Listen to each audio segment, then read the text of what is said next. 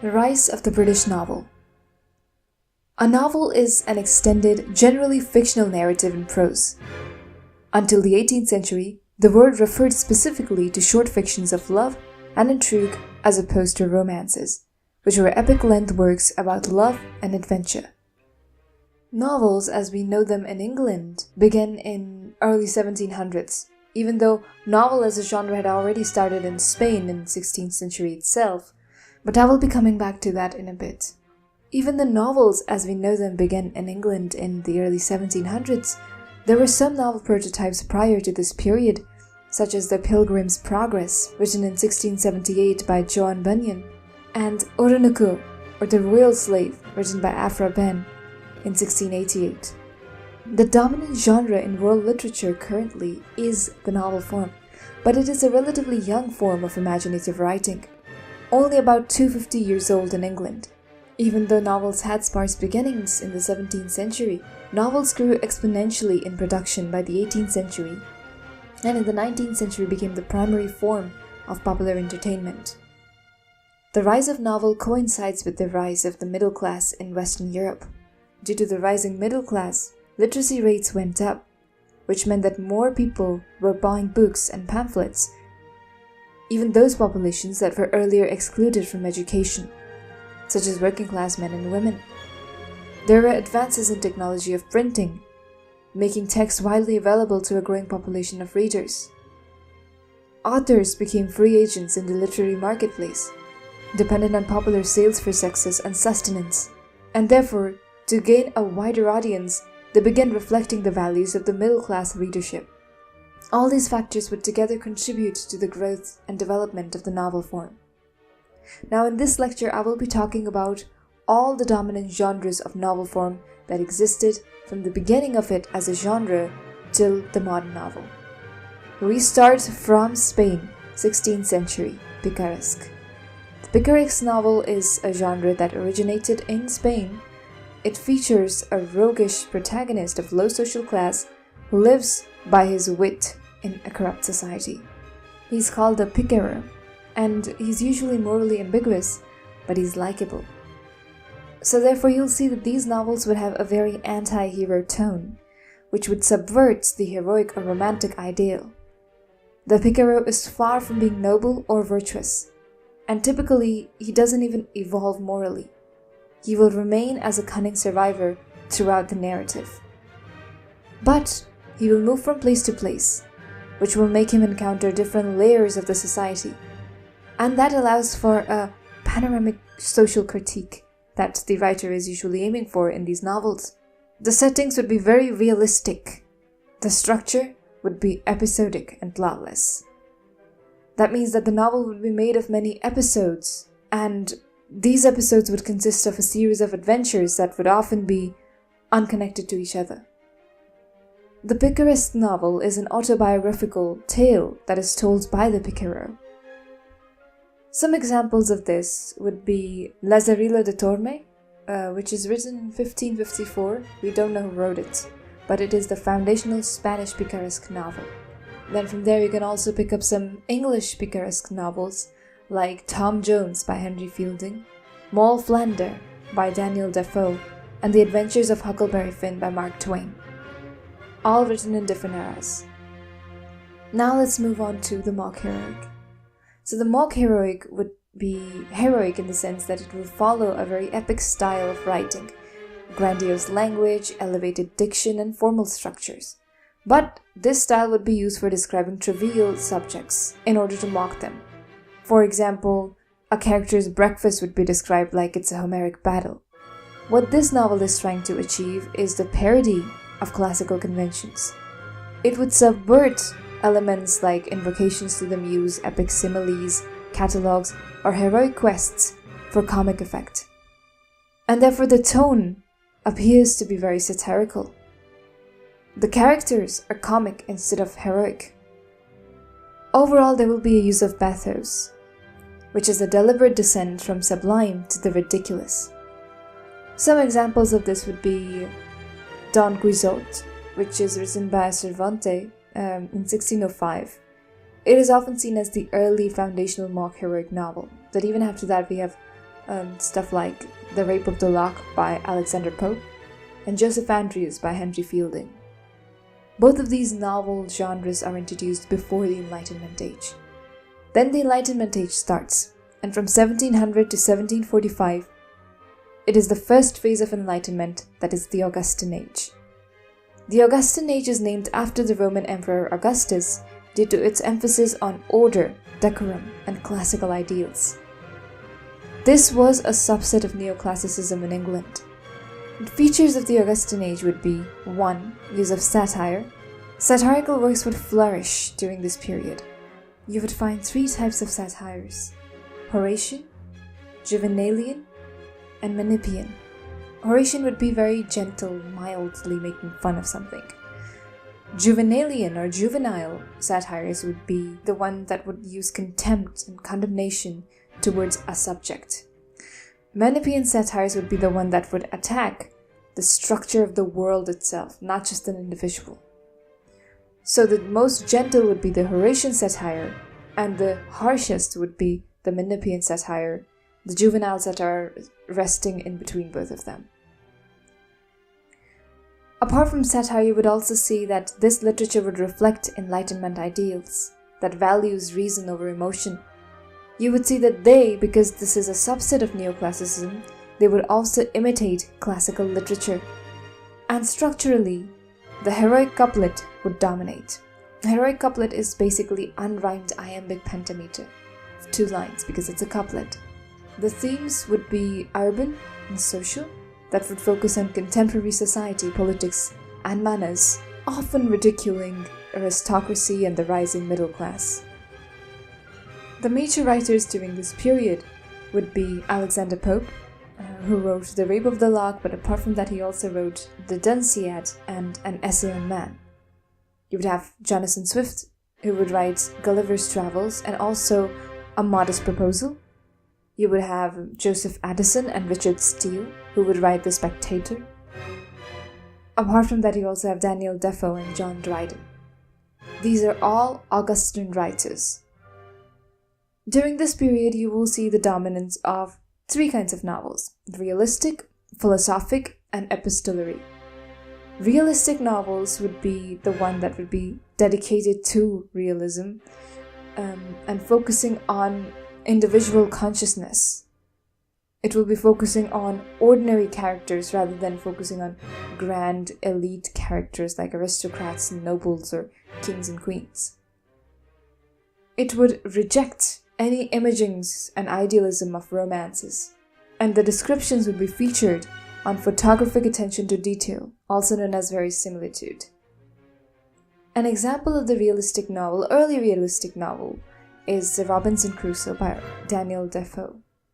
Written in 1719, it is regarded as the first novel in English, the first proper novel. Realism is not something that is just incorporated within the British novel alone. You will also find a Russian and a French part of realism. Russian realism would include authors like Fyodor Dostoevsky, Crime and Punishment, the brothers Karamazov, The Idiot, Notes from Underground are all his important works. Apart from that, you have Leo Tolstoy, War and Peace, Anna Karenina, Resurrection are his important works. Ivan Turgenev, His Fathers and Sons, A Month in the Country. Anton Chekhov, The Cherry Orchard, The Seagull, Ward No. 6. Nikolai Gogol, Dead Souls, The Overcoat, The Nose. Alexander Herzen, Who is to Blame? These are all the important Russian realist writers and their works. When it comes to French realism, we will have writers like Honoré de Balzac, Lost Illusions, Père Goriot, Cousin Bette, Gustave Flaubert, Madame Bovary, Sentimental Education, Émile Zola, Germinal, Thérèse Raquin, Nana, Guy de Maupassant, Belle Amie, The Necklace, Boule de Suif, Stendhal's The Red and the Black, The Charterhouse of Parma. These would be all the important French realist writers and their works. Now, just to put it out there, the realist novel would grow on to become the Victorian novel in the 19th century. The pioneer would be Jane Eyre by Charlotte Bronte, written in 1847. Philosophical novel would be, from its name, it suggests that it is the one that explores big ideas. It would focus on deep philosophical themes like existence, morality, free will, truth, and the human condition. The storyline would be shaped by abstract questions and conflicts rather than by action or drama that normal novels would be using. The characters would be more introspective, and it would also consist of dialogues and debates that would include thoughtful conversations or internal monologues and soliloquies. Examples of these would be Gulliver's Travels by Jonathan Swift, which is written in 1726. Its French equivalents would be Voltaire's Candide and Zadig, and Montesquieu's Letters Personae. Finally, we have the epistolary novel. Epistolary means it's told through letters or documents, which would be written by one or more characters. If it's written by more characters, it also gives you multiple perspectives because it consists of different voices and viewpoints, various angles through which one event is seen by various characters. This usually would have a sense of intimacy and realism towards it, and a feeling of direct connection with the reader. Apart from that, you will also find these novels to be very didactic in their function. Didactic in the sense that they intend to teach you, particularly giving you a moral instruction. Examples of this would be Pamela by Samuel Richardson, written in 1740, which was the first example of the epistolary novel and the first mature novel to be written in English. After 1745, the Age of Johnson starts, which lasts from 1745 to 1789. It is also known as the Age of Sensibility because it marked a transition from neoclassicism to romanticism, focusing more on emotion, individualism, and moral philosophy. You will notice that this period from 1745 to 1789 is where movements like sentimentalism and pre-romanticism would gain importance. And therefore there would be more subjectivity, more emotional and reflective poetry.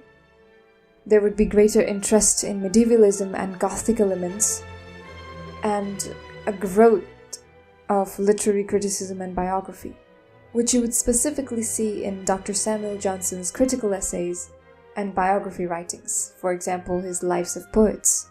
These would become really influential during this period. In fact, because Samuel Johnson was the major writer during this period, it is known as the Age of Johnson. So the major writers would be Samuel Johnson, who wrote a dictionary of the English language apart from the Lives of Poets. He has also written a very important poem known as London, as a critique of London. Then we have James Boswell, who wrote The Life of Samuel Johnson, again a biography. We have Thomas Gray, who wrote Elegy Written in a Country Churchyard. This is Gothic poetry. You also have Gothic novels, the first Gothic novel being The Castle of Otranto, written by Horace Walpole. So these would be the four major writers. Of course, there would be many other writers, but these would be the four major ones. Now, this period would see the epic novel, the experimental novel, and the Gothic novel. Epic novel would be a novel that would have a considerable scale and scope. It would cover a vast time span, maybe multiple generations, and even significant historical events that would explore the fate of a nation or culture or even a civilization. It would have a large cast of characters from different social classes or regions, and it would have a cultural significance because it would reflect the values, myths, or crises of their society. An example of this would be Tom Jones by Henry Fielding, written in 1749, which paved the way for other Victorian writers that would delve into these themes like Charles Dickens, George Eliot, and even William Thackeray. Then we have the experimental novel. Experimental in the sense that these would be very different from any traditional novel that you would see around you. They would have a non-linear narrative in the sense that the structure would be very fragmented, cyclical, or even disruptive. The events do not follow chronological order. They would also have narrative innovations like multiple perspectives, unreliable narrators, or stream of consciousness to tell the story. They would break fourth wall pretty often. That is, it would acknowledge itself as a fiction and draw attention to the act of writing. They would be interdisciplinary. They can mix fiction with essays, poetry, journalism, philosophy, anything. They would focus on the interior over the exterior. Now that is a given because this is the age of sentimentalism, so novels written during this period would be more interior than exterior. An example of this is Tristram Shandy by Lawrence Sterne, written in 1759, which was the forerunner of many modern narrative devices. Now to just put it out there, the experimental novel would slowly evolve to become the modern novel as we know it today. The pioneer of the modern novel would be Heart of Darkness by Joseph Conrad, written in 1902, and from there it would continue till the contemporary novel that we have today. Some other experimental novels include Ulysses and Finnegan's Wake by James Joyce, The Waves by Virginia Woolf, If on a Winter's Night a Traveler by Italo Calvino, House of Leaves by Daniel Levinsky, The Unfortunates by B.S. Johnson, Blood and Guts in High School by Kathy Acker. Gothic novel. These would be overdramatic and not realistic at all. They would heavily rely on suspense. So this is where your modern detective fiction would rise from. Now you see, people would consider Gothic novels as trashy and lowbrow because they were the least realistic and their sole purpose was entertainment. Right? They were considered to be a waste of time and energy, and some even believed these novels to be corruptive. The first Gothic novel, as I've mentioned before, is The Castle of Otranto, written by Horace Walpole in 1764. But you have other important writers when it comes to Gothic writing, like The Mysteries of Udolpho by Anne Radcliffe, Frankenstein by Mary Shelley, The Picture of Dorian Gray by Oscar Wilde, and Dracula by Bram Stoker. These are all important Gothic novels. Alright, now that the Enlightenment age ends and we slowly start towards the beginning of the Romantic age, you would see the development of a newer kind of novel, which is known as the Bildungsroman, a German word for novel of education or novel of formation. So the name itself will tell you what the novel is about. It's a coming-of-age novel that traces the spiritual, moral, psychological, or social development and growth of the main character from childhood to maturity. So the narrative then would be something which is very protagonist-centered, and this protagonist would be on his quest for identity. He would grapple with questions of selfhood and purpose. Formal or informal education would play a role in this, and in these novels usually mentors even appear and guide the protagonist. Through experiences, his failures, he will slowly undergo inner transformation and gain wisdom or self-understanding. So in the beginning of the novel, the hero will be in conflict with the society, but by the end of the novel he would find a reconciliation. Either the character would adjust to the society or he would find peace in breaking away from it. It would also be written in the realistic style because it will be focusing on everyday life and believable psychological development. Now you have various other subgenres under the Bildungsroman. I talk more about the Bildungsroman in my lecture on James Joyce, so you can have a look at that here. The first Bildungsroman is widely considered to be Goethe's Wilhelm Meister's Apprenticeship, which is written in 1795.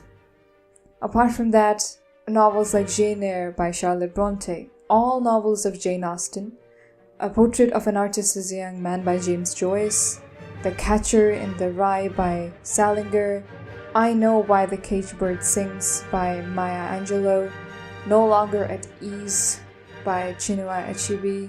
These are all Bildungsroman. So throughout the course of this lecture, I have covered almost all the major parent genres of novels. Of course, novels like detective fiction or science fiction will emerge out of these over time. But these are the major genres that you should know about and major novels that you need to know about. Now, coming to the contemporary age, we would have, as I said, genres like Gothic would give rise to the later genres of detective fiction as well as science fiction. For detective fiction, the precursor in Gothic literature would be Edgar Allan Poe. He is considered one of the most important writers of Gothic literature. His important Gothic works would be The Telltale Heart, The Black Cat, The Mask of Red Death, Morella, Annabel Lee, The Raven, The Fall of the House of Usher, Ligeia. These are all his important Gothic works, but if you move on to the works that he had written under detective fiction, then The Murders in the Rue Morgue, The Purloined Letter, these are all important works by Edgar Allan Poe. Other writers that would soon follow suit would be Arthur Conan Doyle, Sherlock Holmes series, I think we all know about it, Agatha Christie, The Murder on the Orient Express, The Murder of Roger Ackroyd, and Then There Were None. These are all important works by her. Then we have Dashiell Hammett, works like Maltese Falcon, The Thin Man, Raymond Chandler, The Big Sheep, Farewell, My Lovely. Moving on to science fiction works. Now, science fiction's precursor in Gothic literature would be Mary Shelley's Frankenstein. You also have other classic writers of science fiction like H.G. Wells, The Crystal Egg, The Star, The Country of the Blind. You have Jules Verne in the year 2889, Dr. Ox's Experiment. You have Nathaniel Hawthorne's Rappaccini's Daughter. These all writers would be writing pre-1950s. That would be the classic writers of science fiction. The golden age of science fiction would start from 1850s and last till 1980s. These would include Isaac Asimov, Nightfall, The Last Question, Reason, Ray Bradbury, The Velvet, A Sound of Thunder, There Will Come Soft Rains, Arthur C. Clarke, The 9 Billion Names of God, The Sentinel, Philip K. Dick, We Can Remember It For You Wholesale, The Minority Report, Second Variety, Robert Heinlein, All You Zombies, By His Bootstraps, The Roads Must Roll, Theodore Sturgeon, Microcosmic God, Thunder and Roses, The Skills of Xanadu. So these would be some important writers that I have considered, and you might have heard their names or one of their works if you're really an avid reader of science fiction. Right, so these were all the genres of important literature that has arisen over a period of time. Not just British literature or British novel, but also I've tried to include as much other varieties of literature from Russia and France, including America. So this was all about the English novel, its rise and its growth and evolution over a period of 400 years and counting. If you like this lecture, have a look at these ones. I have covered many modern writers and poets, as well as many Georgians. And if literary theory is something that interests you, have a look at these series of lectures instead.